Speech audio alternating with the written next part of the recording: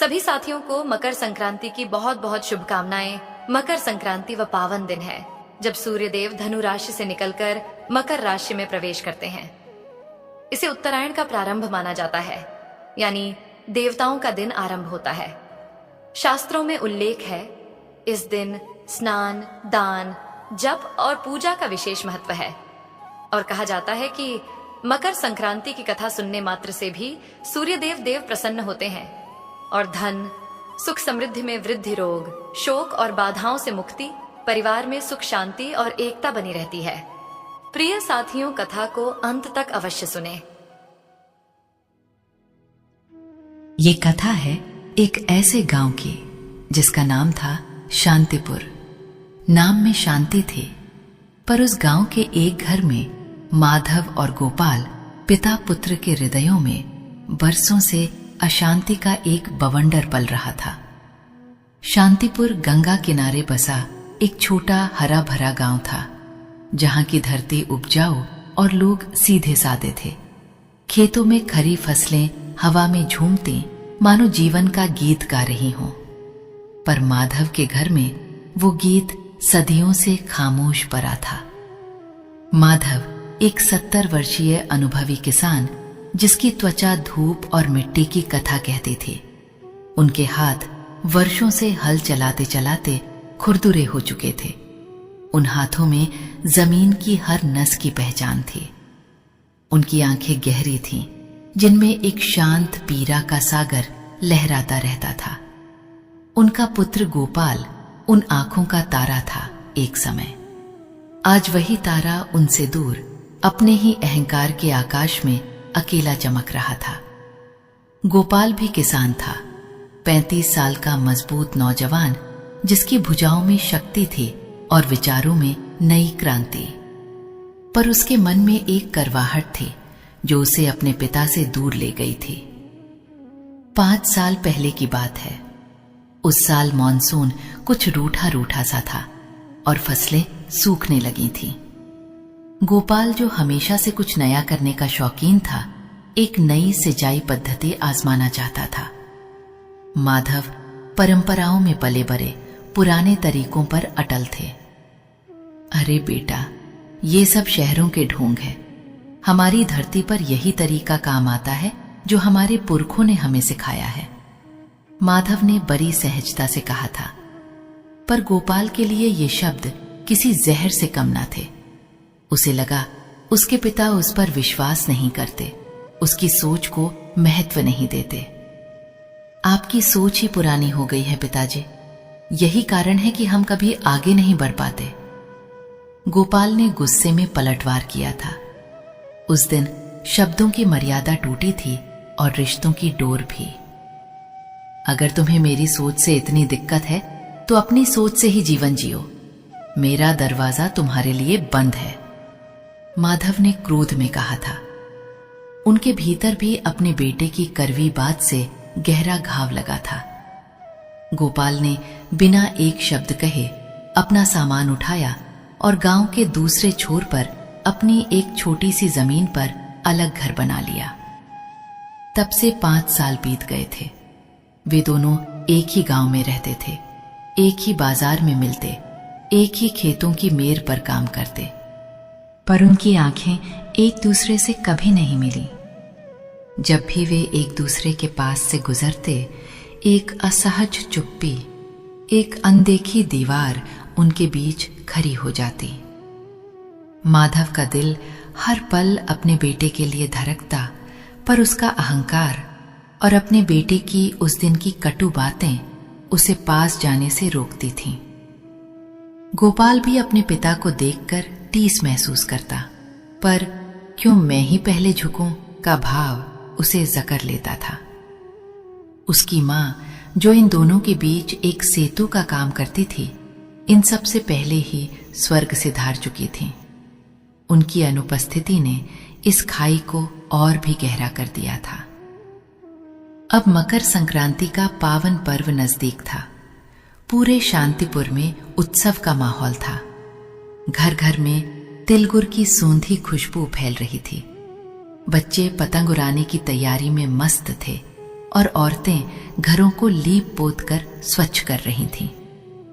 ये दिन सूर्य देव के उत्तरायण होने का प्रतीक था, जब सूर्य दक्षिण से उत्तर की ओर अपनी यात्रा शुरू करते हैं, अंधकार से प्रकाश की ओर, शीतलता से ऊष्मा की ओर।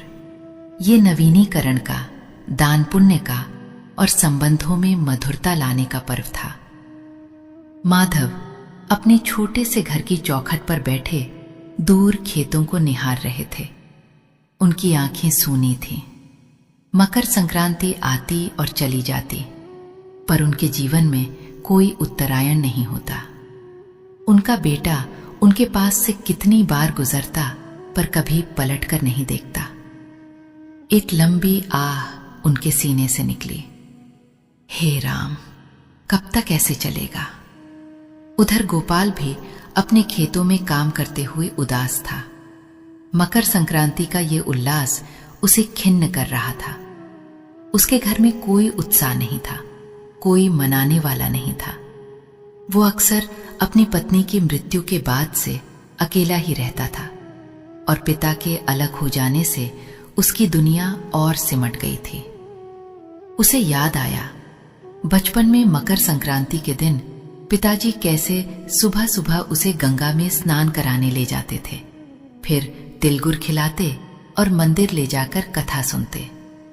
उन दिनों उनके बीच कितना प्यार था।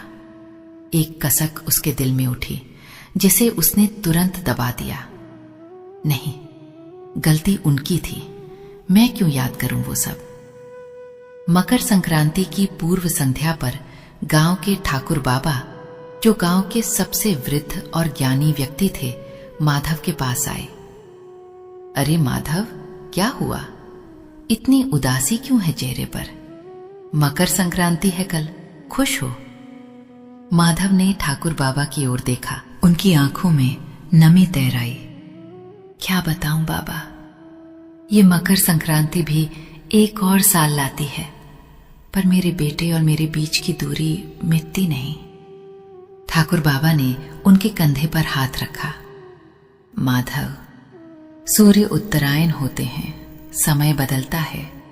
क्या पता इस बार सूर्य देव तुम्हारे जीवन में भी प्रकाश ले आए। उन्होंने एक गहरी सांस ली। कल सुबह मंदिर में कथा होगी, गोपाल भी आता होगा ना? माधव ने सिर झुका लिया। पता नहीं बाबा, वो तो मेरा चेहरा भी नहीं देखना चाहता। अगली सुबह मकर संक्रांति का दिन था।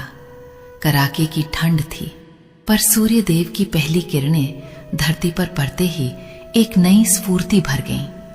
गांव के लोग टोलियों में गंगा स्नान के लिए निकल पड़े। माधव भी अपने बूढ़े शरीर को समेटते हुए गंगा की ओर चल पड़े। उनके मन में एक अजीब सी बेचैनी थी। आज मंदिर में पंडित जी विशेष सूर्य देव की कथा सुनाने वाले थे। गंगा के निर्मल जल में स्नान कर माधव ने अपने शरीर को शुद्ध किया। उन्होंने सूर्य देव को जल अर्पित किया।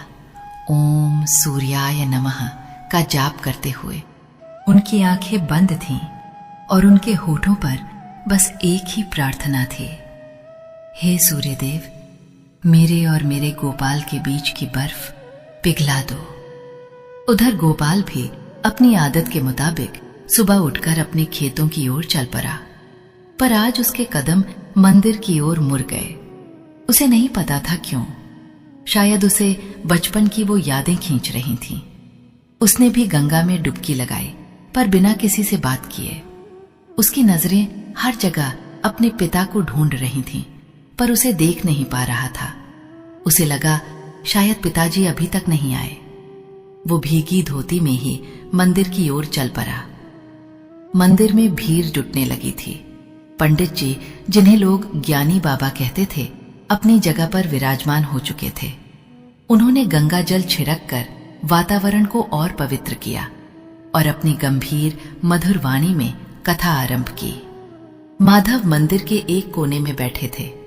उनकी आंखें छत की ओर लगी थीं, जैसे ईश्वर से कोई उत्तर ढूंढ रही हों। गोपाल भी आया और भीड़ में सबसे पीछे एक खंभे के सहारे बैठ गया। उसकी नजरें मंदिर में हर चेहरे को टटोल रही थीं, पर उसने जानबूझकर माधव की ओर नहीं देखा।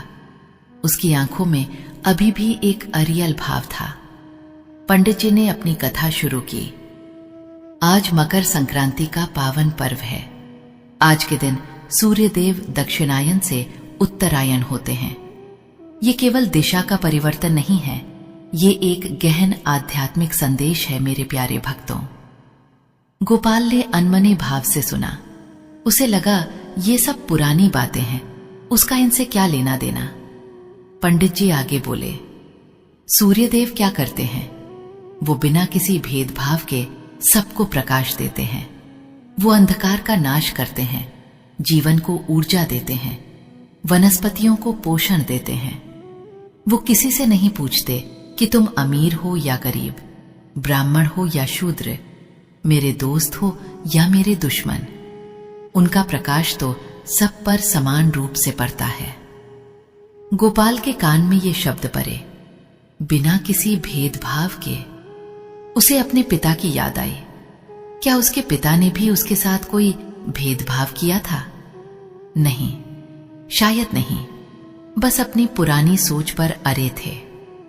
जब सूर्य उत्तरायण होते हैं तब वे शीतलता को पीछे छोड़ ऊष्मा की ओर बढ़ते हैं।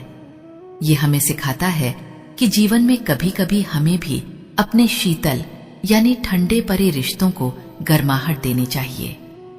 हमें अपने मन की दक्षिणायन सोच को, जहां हम केवल अपने सुख दुख देखते हैं, उसे छोड़कर उत्तरायण होना चाहिए, जहां हम दूसरों की खुशी, दूसरों के दर्द को भी समझते हैं। पंडित जी की वाणी में गहरा भाव था। माधव की आंखों में आंसू आ गए। वो मन ही मन प्रार्थना करने लगे, क्या मेरा गोपाल भी ये सब सुन रहा होगा, समझ रहा होगा? गोपाल के मन में एक बेचैनी होने लगी। पंडित जी के शब्द तीर की तरह उसके हृदय में चुभ रहे थे। उसे याद आया, बचपन में उसके पिता उसे कंधे पर बैठाकर पूरे गांव में घुमाते थे। एक बार वो बीमार पड़ा था तो माधव ने रात रात भर जागकर उसकी सेवा की थी। उन दिनों तो कोई भेदभाव नहीं था। पंडित जी ने अपनी कथा को आगे बढ़ाया। ये उत्तरायण हमें त्याग सिखाता है। सूर्यदेव अपना सर्वस्व लुटाते हैं बिना किसी उम्मीद के। रिश्तों में भी हमें यही त्याग अपनाना चाहिए। अहंकार, क्रोध, ईर्ष्या, ये सब हमारे मन के अंधकार हैं। जैसे सूर्य इन अंधकारों को मिटाते हैं, वैसे ही हमें भी अपने अहंकार की रात्रि को छोड़कर क्षमा के सूर्योदय की ओर बढ़ना चाहिए। अहंकार। गोपाल के मन में ये शब्द गूंज उठा। क्या ये सच नहीं था? उसका अपना अहंकार ही तो था जो उसे अपने पिता के पास जाने से रोक रहा था। उसने सोचा था, मैं क्यों झुकूं? गलती उनकी थी। पर क्या गलती सिर्फ उनकी थी? क्या उसका गुस्सा, उसका कठोर जवाब, उसकी जिद कम बड़ी गलती थी? उसने अपने पिता के उम्र भर के त्याग को उस एक पल के गुस्से में भुला दिया था। गोपाल की आंखों में अचानक नमी सी आ गई। उसे याद आया, उसकी मां के देहांत के बाद जब वो पूरी तरह टूट गया था, तब माधव ने ही उसे संभाला था। उन्होंने ही उसे समझाया था कि जीवन में आगे बढ़ना होता है, चाहे कितने भी कष्ट क्यों ना आए। वे तब भी तो उसके पिता थे, उसके गुरु थे। पंडित जी ने कहा, मकर संक्रांति पर तिलगुड़ का दान क्यों किया जाता है? तिल में तेल होता है जो प्रेम का प्रतीक है। गुड़ मीठास का प्रतीक है। हमें अपने रिश्तों में प्रेम और मीठास घोलनी चाहिए। करवाहट को त्याग देना चाहिए। जैसे सूर्य बिना भेदभाव के सबको प्रकाश देता है, वैसे ही रिश्तों में भी बिना शर्त प्रेम बांटना चाहिए। गोपाल की आंखों से अब आंसू छलकने लगे थे। वो जोर से रोना चाहता था, पर उसने खुद को संभाला। उसे समझ आ रहा था कि उसने कितना समय व्यर्थ कर दिया, कितनी खुशियां गंवा दी अपने अहंकार की वजह से। उसका पिता, जो बुढ़ापे में उसके सहारे का हकदार था, वो अकेला जी रहा था। माधव की कमर झुकी हुई थी, बालों में चांदी उतर चुकी थी, चेहरे पर गहरी झुर्रियां थीं। ये सब उसने कब देखा था ठीक से? वो तो हमेशा अपनी आंखों पर अहंकार की पट्टी बांधे रहा था। नहीं, अब और नहीं। गोपाल के मन में एक दृढ़ निश्चय उभरा। उसकी सांसें तेज हो गईं। उसे अब अपने पिता को देखना था। उसने भीड़ में अपनी नजरों को दोहराया। उसकी आंखें माधव पर पड़ीं। माधव, जो कथा सुनते सुनते अपने आंचल से आंसू पोंछ रहे थे, उनके चेहरे पर वही पुरानी पीड़ा झलक रही थी। वो इतने कमजोर दिख रहे थे। गोपाल का दिल चीत्कार कर उठा। ये मैंने क्या किया? मैंने अपने पिता को कितना दर्द दिया। पंडित जी ने कथा का समापन किया। तो मेरे प्यारे भक्तों, आज सूर्य देव के उत्तरायण होने के इस पवित्र अवसर पर आइए हम सब भी अपने मन को उत्तरायण करें, अपने अहंकार को त्यागें, क्षमा करें और क्षमा मांगें, रिश्तों को फिर से जोड़ें, क्योंकि असली मकर संक्रांति तभी है जब हमारे हृदय में भी प्रेम का सूर्योदय हो। कथा समाप्त होते ही मंदिर में हल्की हलचल हुई। लोग अपने अपने घरों की ओर चलने लगे, पर गोपाल अपनी जगह पर बैठा रहा। उसकी आंखों से आंसू थम नहीं रहे थे। उसका शरीर कांप रहा था। एक अदृश्य शक्ति उसे अपने पिता की ओर खींच रही थी। माधव धीरे धीरे उठे। उनकी पीठ झुकी हुई थी, कदम लरखरा रहे थे। जैसे ही वो मुड़े, उनकी नजर गोपाल पर पड़ी। एक पल के लिए उनकी आंखें मिली। माधव की आंखों में सदियों की प्रतीक्षा थी और अब एक हल्की सी उम्मीद की चमक भी थी। पर वे कुछ बोल नहीं पाए, बस देखते रहे। गोपाल ने एक लंबी सांस ली, अपने आंसुओं को पोंछा और अपने स्थान से उठा। उसके अंदर का अहंकार पिघल चुका था, जैसे बर्फ सूरज की रोशनी में पिघल जाती है। उसकी आंखें लाल थीं, पर उनमें अब कोई करवाहट नहीं थी, केवल पश्चाताप और प्रेम था। गोपाल धीरे धीरे अपने पिता की ओर बढ़ा। उसके कदम भारी थे, पर उसका दिल हल्का होता जा रहा था। मंदिर में कुछ लोग अभी भी मौजूद थे, जिन्होंने गोपाल को अपने पिता की ओर बढ़ते देखा। गांव के कुछ बड़े बुजुर्गों की आंखें भी नम हो गईं। वे जानते थे इन पिता पुत्र के बीच क्या हुआ था। जैसे ही गोपाल माधव के पास पहुंचा, उसने बिना कुछ सोचे समझे, बिना एक भी शब्द बोले उनके पैरों पर गिर पड़ा। पिताजी, बस एक ही शब्द उसकी जुबान से निकला और वो उनके पैरों से लिपटकर फूट फूट कर रोने लगा। उसके आंसुओं ने माधव के वृद्ध खुरदुरे पैरों को भिगो दिया। माधव चौंक उठे। उन्होंने कभी सपने में भी नहीं सोचा था कि ये दिन आएगा। उनके हाथ कांपने लगे। उन्होंने गोपाल को उठाने की कोशिश की, पर गोपाल नहीं उठा। वो बस रोता रहा। मुझे माफ कर दीजिए पिताजी, मैंने बहुत बड़ी गलती की। मेरा अहंकार मेरी आंखों पर पट्टी बांधे हुए था। आप तो सूर्य देव की तरह हमेशा मुझे प्रकाश देते रहे और मैं अज्ञानी। माधव की आंखों से भी आंसुओं की धारा बह निकली। उन्होंने गोपाल को कसकर अपनी बाहों में भर लिया। वो अपने बेटे को सीने से लगाए रोते रहे। वर्षों का दर्द, वर्षों की पीड़ा, वर्षों की प्रतीक्षा, सब कुछ उन आंसुओं में धुल गया। अरे बेटा, अरे मेरे गोपाल, मेरा लाल, उठो। कोई पिता अपने बेटे से नाराज नहीं रह सकता। मैं कब से ये पल का इंतजार कर रहा था। उन दोनों का मिलन देखकर मंदिर में मौजूद हर आंख नम हो गई। कुछ स्त्रियां अपनी साड़ी के पल्लू से आंसू पोंछ रही थीं। ज्ञानी बाबा ने एक गहरी सांस ली और अपने हाथ जोड़ लिए। आज सही मायने में मकर संक्रांति हुई है। आज दो हृदयों का उत्तरायण हुआ है। माधव ने गोपाल का चेहरा अपने हाथों में लिया। चल बेटा, घर चल। आज मेरे घर में फिर से तिलगुर बनेगा। आज मकर संक्रांति का असली उत्सव है। दोनों पिता पुत्र कंधे से कंधा मिलाकर मंदिर से बाहर निकले। सूर्यदेव की किरणें उनके चेहरों पर रही थीं, जैसे उन्हें आशीर्वाद दे रही हों। गांव वाले उनकी ओर देख रहे थे। उनकी आंखों में अब उदासी नहीं, बल्कि एक गहरी खुशी थी। उस दिन शांतिपुर गांव में एक नई रौनक थी। माधव के घर में बरसों बाद चूल्हा जला और तिल गुड़ की सौंधी खुशबू एक बार फिर वातावरण में फैल गई। गोपाल ने अपने पिता के पास बैठकर तिल गुड़ खाया और उस स्वाद में उसे अपने बचपन की सारी मिठास मिल गई।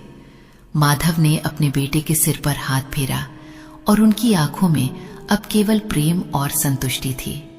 उस दिन से माधव और गोपाल फिर कभी अलग नहीं हुए। गोपाल ने अपने पिता के अनुभव और अपने नए विचारों को मिलाकर खेती में नए आयाम स्थापित किए। उसने अपने पिता से सीखा कि अनुभव भी उतना ही महत्वपूर्ण है जितना नवाचार, और माधव ने अपने बेटे से सीखा कि परिवर्तन को स्वीकार करना भी जीवन का एक हिस्सा है। शांतिपुर के लोग कहते थे कि उस मकर संक्रांति पर केवल सूर्य ही उत्तरायण नहीं हुए थे, बल्कि माधव और गोपाल के हृदयों में भी प्रेम और क्षमा का सूर्योदय हुआ था। ये कथा आज भी शांतिपुर में सुनाई जाती है, जो हमें सिखाती है कि अहंकार छोड़कर रिश्तों में आगे बढ़ना ही जीवन का सच्चा प्रकाश है, क्योंकि रिश्तों की गर्माहट ही हमें हर शीतलता से बचा सकती है और क्षमा की शक्ति से बड़ा कोई दान नहीं।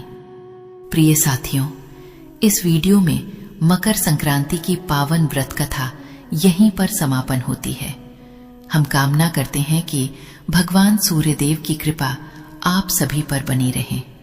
जय सूर्यदेव, जय हो जगत पिता।